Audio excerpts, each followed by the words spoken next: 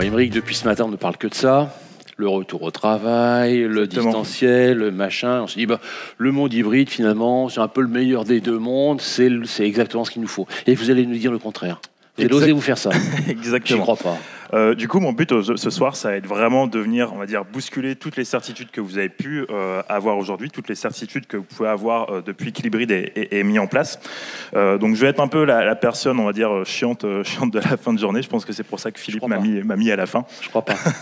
Mais donc, ça va être mon but aujourd'hui. Donc, du coup, pour me présenter rapidement, je suis Aymeric, je suis directeur scientifique dans une société qui s'appelle Assessfirst, donc spécialisée sur la gestion prédictive des talents. Je suis également psychologue du travail et du coup, comme tout bon psychologue, je vais commencer par vous poser une question. Qu'est-ce qu'on a tous, selon vous, en commun et qu'est-ce qu'on recherche tous dans la vie? Du sens, ok. Quoi d'autre? Reconnaissance. Et essayez de penser aussi au-delà du travail, vraiment dans votre vie en tant qu'être humain. Qu'est-ce que vous cherchez au final à accomplir? Le bonheur. Ok, c'est exactement ça. Et ce qu'il faut comprendre, donc le bonheur, c'est quelque chose qui est central dans notre société et en tant que tel, la société est réellement construite autour de cette notion de bonheur. Donc bien sûr, pour chacun d'entre nous, ça a passé par différents éléments, mais ce qu'il faut bien comprendre, c'est que ça suit un process qui est assez prédéterminé. Par exemple, ça a commencé par grandir dans une famille aimante, ensuite avoir de bonnes notes à l'école, avoir un bon salaire, avoir un meilleur salaire, rencontrer l'amour de sa vie, acheter une maison, acheter une plus belle maison, une plus grande, ensuite avoir de beaux enfants, avoir une voiture, avoir une plus belle voiture, acheter des choses, aller au travail, travailler dur, revenir chez soi le soir, acheter encore plus de choses, retourner au travail, avoir une promotion, acheter encore plus de choses, et au final prendre sa retraite. Et ensuite, regarder la télé, faire du jardinage, lire, voyager, devenir vieux, fatigué, malade, aller voir le médecin, prendre des médicaments, devenir faible, prendre encore plus de médicaments, devenir encore plus faible, compter les jours, avoir peur, être terrifié, et au final, game over, fin de la partie. Ça, c'est un peu le jeu. Donc, c'est peut-être un jeu un peu déprimant, mais au final, si vous y réfléchissez bien, ça, c'est vraiment le jeu qu'on a tous été conditionnés à jouer au sein de notre vie. C'est vraiment le jeu qu'on a été conditionné pour, en quelque sorte, accéder au bonheur. Mais la question que je vous pose aujourd'hui, c'est est-ce que être heureux, est-ce que vraiment c'est notre quête ultime? Et est-ce que finalement, c'est pas plus la conséquence d'une vie qui va être équilibrée et qui va avoir du sens? Ça, au final, je pense que vous avez pu le constater autour de vous dans vos entreprises. C'est une nuance qui est de plus en plus, on va dire, comprise, acceptée et plébiscitée par les collaborateurs. Puisque selon différentes études, on a à peu près 80% des gens, suite à la période Covid, qui sont réellement réinterrogés sur le sens qu'ils donnaient au travail et sur, on va dire, l'équilibre vie personnelle, vie professionnelle, notamment à travers le télétravail. Et pour être hyper clair, et n'en déplaise à notre ami Elon Musk qui fait on va dire, la une de la presse suite à ses propos sur Remote, non, il n'est pas nécessaire d'aller 40 heures par semaine au bureau pour être efficace.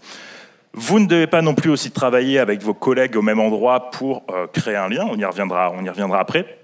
Et enfin, vous pouvez aussi construire un produit qui va être extraordinaire en télétravail. Pour autant, est-ce qu'on doit aujourd'hui, et c'est peut-être un peu ce que vous avez entendu tout au long de la journée, j'en suis désolé, je vais vraiment aller à contre-courant, est-ce qu'on doit élever le travail hybride au rang de panacée? Et c'est un peu ce qui s'est passé au final depuis la fin de la période Covid, avec plein de petits génies DRH qui se sont dit, je vais prendre le remote, je vais prendre le bureau, je vais mettre quelques pansements pour justifier de refaire revenir les gens au bureau après une longue période de télétravail. Je vais assembler le tout et je vais avoir un truc de folie. Et aujourd'hui, force est de constater que ces pansements sont un peu solides. Et je prends pour exemple mon voyage en train quand je suis venu tout à l'heure de Bordeaux, où j'ai pu entendre des gens discuter, donc ils n'étaient pas très discrets, mais qui justement qui étaient en télétravail, du coup en hybride depuis quelques semaines, quelques mois, et que pour qui justement ce côté à la carte était hyper satisfaisant. Donc peut-être qu'aujourd'hui, ça, c'est vrai sur le court terme, mais à long terme, ce qu'on se rend compte, c'est que le travail hybride, c'est plus une illusion, comme le disait Philippe, une illusion d'équilibre. Et ça à 2 niveaux. Déjà, au niveau de l'isolement des collaborateurs. Aujourd'hui, on a pu l'entendre sur la table ronde juste avant. Ce sentiment d'isolement et de solitude des collaborateurs, il est le facteur principal qui va justifier un retour au bureau. Puisque on se dit que forcément, télétravail, les gens ont moins de relations sociales, ils vont se sentir plus isolés, ils vont déprimer, etc. Ça se base sur une erreur fondamentale qui est tout simplement d'attribuer le sentiment d'isolement et la solitude au fait de télétravailler. Donc c'est soit, on va dire, quelque chose de malhonnête ou une incompréhension, mais force est de constater que le bureau, on va dire, physique, aujourd'hui n'est pas vecteur de connexion de qualité. Et on l'a très bien entendu tout à l'heure, au final, le bureau va permettre de se rencontrer, mais va pas permettre de créer vraiment, va permettre de rencontrer, mais pas de se connecter au final. Et peu importe ce qu'on met en place, donc par exemple des open space, on a entendu tout à l'heure parler de machines de conversation à la machine à café, ou encore, on va dire, de soirées d'entreprise où vous pourrez voir Michel de la Conta se déhancher sur le dance floor. Tout ça, on se rend compte que, in fine, ça marche pas et ça crée plus une illusion de relation que de réelle connexion. Et il y a plusieurs études qui ont montré que justement, dans des entreprises qui ont, on va dire, inclus des open space dans leurs environnements, les conversations et les interactions en face à face ont diminué de 70%. Et pire encore, dans ces entreprises où on n'a pas de télétravail et où les gens sont au bureau, on a 76% des collaborateurs qui se sentent isolés au sein même de leur équipe. Donc au final, ce qu'il faut comprendre, c'est que ça soit au bureau ou en télétravail, il y a un potentiel pour se sentir isolé. Et par ailleurs, ce qu'il faut aussi savoir, c'est que le travail hybride, par définition, va créer 2 structures au sein d'une même structure. Une structure qui sera avec des collaborateurs en remote, une autre qui sera avec des collaborateurs en présentiel. Et tout ça, au final, ça va créer 2 cultures, 2 modes de fonctionnement qui seront différents, 2 expériences différentes, des standards de communication, de travail différents, pour aboutir, au final, à une asymétrie totale. Et qui dit asymétrie dit aussi création d'un groupe qu'on va dire dominant. Et ça remonte de nombreuses études. Et on a de nombreux, on va dire, cas pratiques et retours d'expérience là-dessus. Formation d'un groupe dominant qui, dans la quasi-totalité des cas, se retrouve forcément être le groupe des collaborateurs qui sont au bureau, puisqu'on va avoir une centralisation des informations qui se passe dans le bureau, surtout si le manager est présent, et centralisation qui va forcément délaisser les collaborateurs en télétravail. Et tout ça, ça m'amène sur le deuxième point, qui est la notion de visibilité. Aujourd'hui, le bureau, et depuis que le travail existe, le bureau, c'est un lieu, on va dire, qui transpire le pouvoir, la hiérarchie, et aussi un endroit où on veut se faire bien voir, donner la meilleure image de nous. On témoigne par exemple le fait de, on va dire pas plutôt le fait, mais notre capacité assez incroyable à tous d'aller s'ennuyer dans des réunions pendant de longues minutes où on n'a pas forcément de valeur ajoutée, mais juste pour montrer qu'on est présent. Et le problème de tout ça, c'est que cette visibilité, elle marche au final. Puisqu'encore une fois, on a de nombreuses études qui montrent que juste le fait d'être vu au bureau, indépendamment de son niveau de performance, va permettre de faire avancer sa carrière et d'avoir des promotions. Ou encore pire, juste aller fumer avec son manager va permettre, encore une fois, d'accéder à des postes plus prestigieux plus rapidement. Donc au final, si vous voulez avancer dans votre carrière et que vous avez un manager qui fume, vous savez ce qui vous reste à faire. Donc au final, être vu au bureau et faire preuve de présence dans la structure va vous permettre de faire avancer plus vite votre carrière. Et ce qu'on note aussi dans ces systèmes, c'est que s'il y a une prime à la visibilité et à la présence, il y a aussi une stigmatisation assez forte des télétravailleurs dans les systèmes hybrides. Et 2 chiffres pour vous démontrer ça. Le premier, c'est que les télétravailleurs dans les entreprises hybrides, si ces télétravailleurs sont 13% plus performants, ils ont aussi 50% de chances en moins d'avoir une promotion et aussi 38% de chances en moins d'être augmentés. Et tout ça, ça mène à quoi? Ça mène à une pression implicite des collaborateurs à revenir au bureau parce que justement, ils ont peur de manquer des choses. Et donc du coup, pour répondre à la question qu'on a eue sur la table ronde juste tout à l'heure sur comment faire revenir les collaborateurs au bureau, il n'y a pas forcément de stratégie idéale, il faut juste attendre quelques temps. Et le système va faire qu'ils vont revenir naturellement parce qu'ils auront peur, tout simplement. Et donc le pire dans tout ça, s'il y avait encore un pire, c'est d'aller voir au final dans les statistiques quelles sont les personnes qui vont revenir au bureau dans les systèmes hybrides. Est-ce que vous avez une petite idée? Les plus vieux? Les plus jeunes? Ok, les gens seuls. Alors on va plutôt focaliser sur par exemple cette personne. Donc les femmes qui, d'un point de vue statistique, reviennent largement moins au bureau. D'autres personnes qui vont aussi moins revenir au bureau, ça va être les personnes d'origine, culture différente, aussi des personnes, on va dire, homosexuelles, tout ça. Pourquoi? Parce que le lieu de travail, pour ces personnes-ci, est beaucoup plus violent, beaucoup plus stressant. Donc le télétravail, c'est quelque chose qu'elles vont préférer. Donc in fine, les personnes qui vont revenir au bureau, ça va être un peu moi, un homme blanc de 30 ans. Donc ce qu'il faut comprendre à travers tout ça, c'est que si les gens qui reviennent au bureau sont ceux qui sont, on va dire, favorisés, qui ont les promotions, et que les hommes blancs qui sont déjà favorisés dans la situation actuelle reviennent au bureau, c'est le système hybride. C'est un système qui, au final, va encore plus valoriser et récompenser les personnes qui sont déjà avantagées, et encore plus discriminer les personnes qui font l'objet de plus de discrimination à l'heure actuelle. Donc au final, on va dire le système, le travail hybride, on pense qu'on va accéder à un monde où on va pouvoir combiner justement le meilleur entre les deux mondes, entre le remote et le bureau. Mais dans la grande majorité des cas, on va se retrouver avec le pire des deux mondes. Et si le travail hybride amène, on va dire, les bonnes questions à se poser sur le sens accordé au travail et est-ce que le bureau aujourd'hui est réellement nécessaire, il amène des réponses qui sont naïves et aussi se pose en choix, on va dire, de complaisance, de paresse et parfois de non-réflexion. Pour autant, il y a 5 stratégies, puisque vu comment on va dire je descends ce mode de travail, je me dois de vous donner des stratégies pour le faire perdurer. Donc c'est 5 stratégies qui ont montré leur efficacité pour essayer de faire perdurer au mieux ces systèmes. Première stratégie, ça va être vraiment de communiquer la stratégie hybride, et au-delà de communiquer, ça va être aussi de convaincre de votre stratégie hybride. Puisqu'aujourd'hui, on a uniquement 32% des collaborateurs qui sont au courant de la stratégie de leur entreprise, et tout ça, ça mène à quoi? Cette méconnaissance, ça mène à de l'anxiété, à des dépressions et à des burn-out. Donc vraiment, premier point, c'est de prendre le temps d'expliquer la stratégie et de répondre, on va dire, à différentes phases de préoccupation, en fait, dans tout changement organisationnel, que ça soit de l'hybride ou autre, l'implémentation d'un outil, etc. Chaque collaborateur va passer par 7 phases de préoccupation. Déjà, des phases, on va dire, où les préoccupations sont centrées sur la personne. Donc vraiment, comment, par exemple, l'hybride va impacter mon poste et que ça va impacter ma carrière, etc. Ensuite, on va passer sur une phase de préoccupation qui seront davantage orientées sur l'investissement de l'entreprise, ensuite sur le changement lui-même.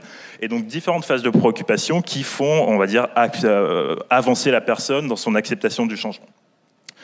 Deuxième point, ça va être d'éduquer les managers intermédiaires, puisqu'encore une fois, ce qui ressort de différentes analyses de données sur des études, on va dire longitudinales, donc vraiment dans le temps, c'est que si 44% des entreprises déclarent avoir une politique de travail hybride, seulement 18% des collaborateurs se sentent encouragés par leur manager pour y accéder, en fait. Et ça, la raison, elle est toute simple, c'est qu'il y a vraiment une déconnexion entre, on va dire, l'executive leadership, donc vraiment les gens qui vont construire la vision, et les managers intermédiaires, qui fait que, encore une fois, quand on va au niveau collaborateur, la vision et les messages et la politique a du mal à passer. Troisième point, un des plus importants et qui me tient le plus à cœur, ça va être de développer une culture data-driven. Une culture data-driven à 2 grands niveaux. Déjà, au niveau collectif, pour venir identifier les personnes qui travaillent ensemble, les personnes qui doivent travailler ensemble, et les faire revenir en même temps sur le lieu de travail. Et deuxièmement, c'est au niveau individuel pour aussi identifier, sur base de la personnalité, des motivations de la personne, si elle a justement, on va dire, une prédisposition à se sentir isolée en télétravail. Ça, c'est des études que j'ai pu mener de mon côté avec mon entreprise, sur vraiment l'identification des caractéristiques de personnalité qui expliquent que certaines personnes vont se sentir davantage isolées en télétravail, alors que d'autres, justement, ont la capacité à ressentir ce phénomène d'isolement. Troisième point, ça va être aussi d'évaluer la contribution réelle de chacun. On le disait tout à l'heure, aujourd'hui, il y a une prime à la présence dans l'entreprise. Et si vous vous rendez compte demain que les gens, s'il y a une corrélation tout simplement entre le nombre de jours de présence au bureau et le nombre de promotions, il y aura un problème. Donc il y a vraiment un besoin de ne pas laisser les évaluations être influencées par le temps de présence au bureau. Autre point, ça va être aussi de formaliser des règles et des process clairs. Donc ça, c'est des études qui ont été faites par un auteur, si ça vous intéresse, qui s'appelle Nicolas Bloom, à l'université de Stanford, et qui a montré très clairement que la meilleure stratégie pour éviter on va dire, les biais dans la mise en place du travail hybride, c'était justement, et on va dire ça va un peu à l'encontre de tout ce qu'on peut entendre actuellement, de ne pas donner le choix des jours de télétravail aux collaborateurs et plutôt de les imposer. Donc en conclusion, et pour finir, ce qu'il faut comprendre et le message que j'ai envie de vous faire passer, c'est que si on a présenté le travail hybride comme on va dire le futur du travail, ça reste aujourd'hui plus une attache à un passé désuet et un passé qui nous donne, on va dire, un fort accent au bureau. Et qui pourrait, de manière ultime, devenir un échec majeur et on va dire un retour en arrière sur les sujets de discrimination ou sur les sujets d'isolement si la stratégie de mise en place est inefficace. Et l'occasion, justement, et on va dire, est trop belle pour se fermer à des modèles plus neufs, plus efficaces à long terme, et comme par exemple le travail vraiment en full remote, donc sans bureau. Et donc des modèles qui seront plus efficaces et qui permettront à chacun aussi de se construire, on va dire, une vie équilibrée et qui a du sens. Merci.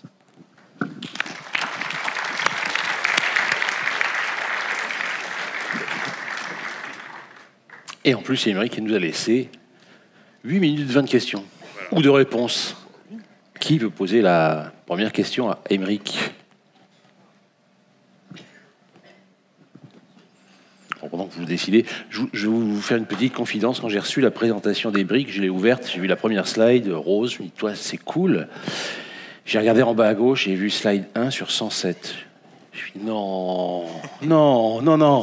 Ça allait vite. Ça s'est passé très vite. On n'a rien vu. C'était génial. Alors, est-ce que une question devant ?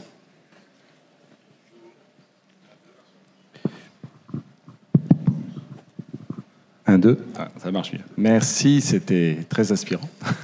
Donc, Raphaël, ministère de la Culture. Ce matin, on a entendu qu'apparemment, à certains endroits, les gens sont en full remote et limite, on leur paye des déplacements quand ils viennent au bureau. C'est ça. Moi-même, j'ai entendu un peu plus tôt dans l'année des gens plutôt fans du télétravail. Non, mais les gens qui sont au bureau, ils restent dans leur bureau et ils se connectent à la réunion depuis leur ordinateur. Et c'est vrai qu'au bout d'un moment, on se dit, si on n'est que 2 sur 1, on reste dans notre bureau. J'imagine, vous y voyez des travers, entre guillemets, à corriger, ou je me trompe ? Sur vraiment la gestion, on va dire, des réunions aussi ?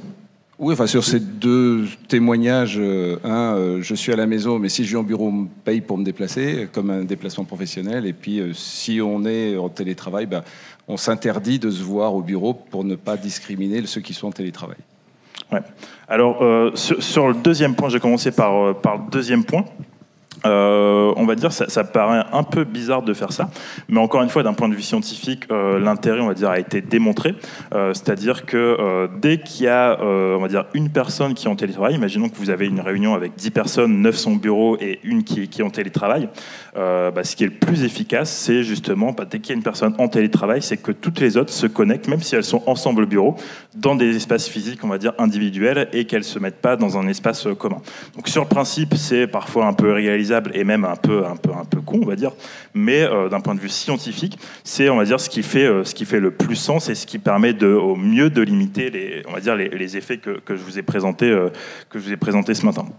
Et sur le premier point, pour moi, c'est forcément c'est contre-productif de devoir payer les collaborateurs pour venir au bureau. Et après, ce qu'il faut comprendre aussi, c'est que dans les systèmes, on va dire full remote, il y a plus de bureau. Je prends notre exemple, nous, chez Assess First, on a fait le choix de passer en full remote, donc il y a plus aucun bureau. Donc forcément, il y a d'autres initiatives qui sont mises en place pour resserrer les liens entre tous, pour qu'on continue parfois à se voir tous ensemble, etc. Mais si vraiment une entreprise qui mettrait ce genre d'initiative en place, c'est comme certaines entreprises qui payent les candidats pour passer des entretiens. On parlait tout à l'heure de pénurie. Il y a des entreprises qui payent les candidats pour venir passer des entretiens. Je trouve que c'est, on va dire, des déviances qui sont assez discutables, quoi.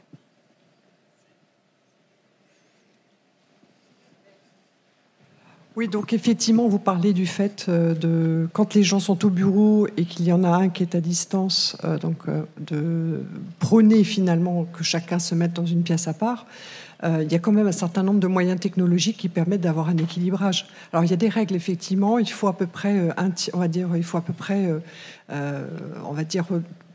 la répartition, c'est 40-60% en gros. C'est-à-dire, soit vous avez 40% maximum de gens en remote. Enfin, en tous les cas, il faut à peu près la moitié de part et d'autre, avec une variation jusqu'à 40 ou 60% d'écart. Enfin, je ne sais pas si je suis claire, mais vous voyez ce que je dis. Il faut à peu près la moitié de part et d'autre, et ça marche très bien. Moi, personnellement, à l'issue du premier Covid, j'ai mis en place ce type de moyens techniques pour créer cet équilibre avec des gens à distance et des gens sur place. Et honnêtement, je ne ressens pas, ou je ne pense pas que les gens qui soient à distance aient ressenti ce décalage.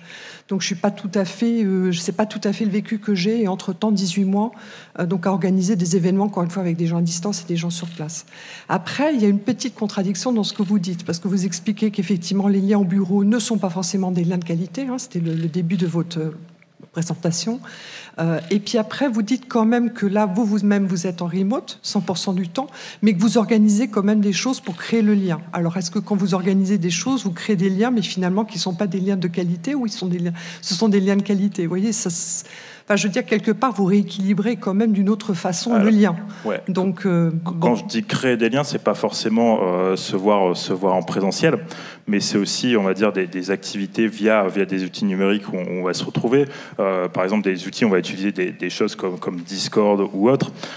Après, c'est sûr qu'on va avoir des meetings vraiment en commun sous forme de séminaires d'entreprise où on va se retrouver plusieurs jours ensemble. Avec des liens de qualité ? Je vous pose la question, puisque vous disiez que les liens au bureau ne sont pas toujours des liens de qualité. Donc je vous pousse un peu. Ouais, Discord, j'ai essayé aussi. Bon, c'est bien, mais comme toujours dans la vie, je pense que tout est dans l'équilibre. Ouais. On ne peut pas faire que du Discord tout le temps, quoi. Bon, c'est un peu mon commentaire en contre-réaction à ce que vous dites. Carrément. Parce qu'il faut quand même du lien. Alors même s'il n'est pas de qualité, il existe quand même. Et comme ça a été dit ce matin, les jeunes, au bout de 4 mois de confinement violent, moi, j'ai tous les jeunes de mon entreprise qui m'ont appelé en me disant « Mais quand est-ce qu'on ouvre les bureaux ? On n'en peut plus. » Ouais. Donc, le lien est quand même sympa. Deux choses. Sur le premier point, relation de qualité, en toute transparence, non, pas forcément avec tout le monde, mais je pense que c'est aussi dans toute entreprise. Et ça, faut être honnête. Et sur le deuxième point, je pense aussi ce qu'il faut comprendre. Pour moi, en fait, le télétravail qui a pu être vécu lors des périodes de confinement, c'est pas un bon référentiel pour savoir ce qu'est le vrai télétravail. Parce que, comme vous pouvez le dire, quand vous mettez en place le télétravail, il y a des actions spécifiques qui sont mises en place pour accompagner, etc. Et dans bon nombre d'entreprises, quand il y a eu le confinement, ça a été mal mis en place. Et ce qu'il faut savoir aussi, c'est que dans les périodes de confinement, au-delà du travail, on ne pouvait pas sortir, etc. Donc c'est sûr que le sentiment d'isolement, il n'était pas uniquement du facteur de télétravail, mais aussi du fait que après le travail, on pouvait, au final, on pouvait rien faire. Donc forcément, c'est pas pour moi ce télétravail en période de confinement, c'est pas le meilleur référentiel pour pouvoir évaluer, on va dire la réalité même du télétravail, qu'elle soit positive ou négative.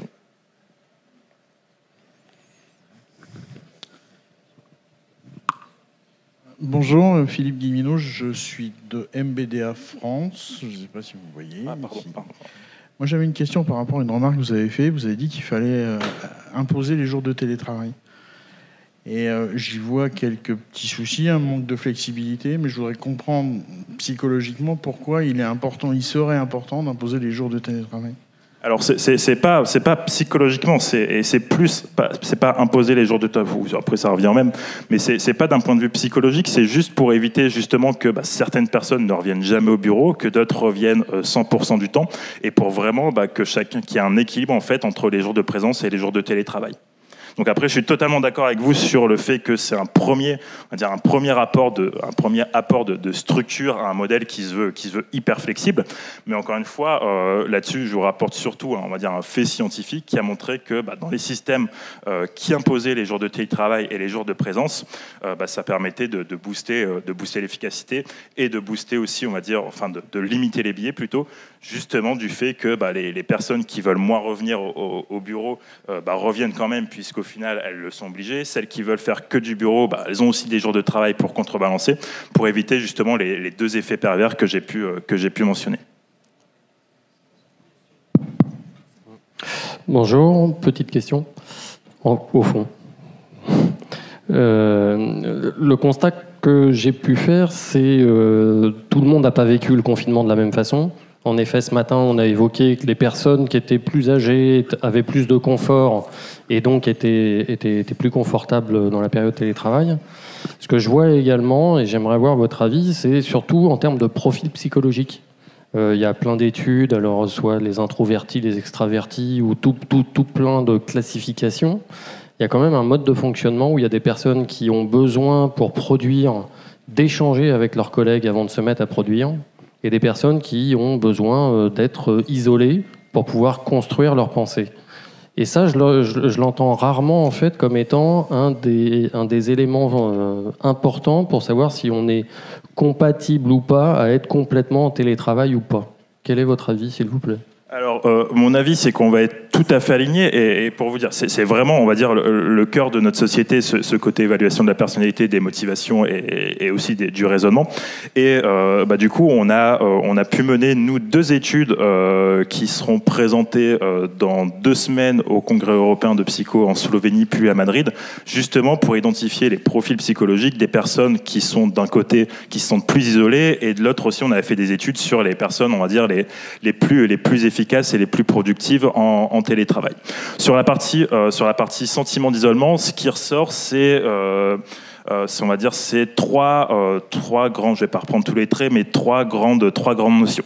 Déjà, comme vous l'avez dit, c'est plus ce côté, on va dire extraversion, aller spontanément vers les autres, etc., qui est explicatif d'un sentiment d'isolement plus fort en télétravail. Deuxième facteur, ça va être aussi la capacité des personnes en fait à faire preuve, on va dire, d'introspection et à réfléchir sur elles-mêmes et à réfléchir aussi à des événements passés. En fait, ce qu'on a identifié, c'est que les personnes qui sont vraiment hyper pragmatiques, hyper pratiques et qui sont moins ce côté raisonner sur du matériel abstrait, se remémorer des événements passés, etc. Elles avaient moins en fait cette capacité, on va dire, à se créer un monde dans leur tête qui leur permettait de s'extirper de ce sentiment d'isolement. Et dernier point, c'était toute la partie reconnaissance dans le travail, où on s'est rendu compte que les personnes qui avaient besoin d'un niveau extrême de reconnaissance pouvaient également se sentir plus isolées en télétravail. Et sur la partie, on va dire, performance et capacité à se mettre en route en télétravail, il y avait plusieurs facteurs comme forcément on va dire le niveau d'autonomie de la personne et la volonté de travailler en autonomie. Il y avait aussi tous les aspects de savoir s'autodiscipliner dans son travail. Et le dernier facteur qui était important aussi, c'était d'avoir, on va dire, un fit entre les capacités cognitives de la personne et les attendus du job. Donc pareil, s'il y a des gens qui s'intéressent, c'est des études que je peux vous envoyer et qui seront présentées dans 2 semaines. Émeric, une question avec une réponse en oui ou non.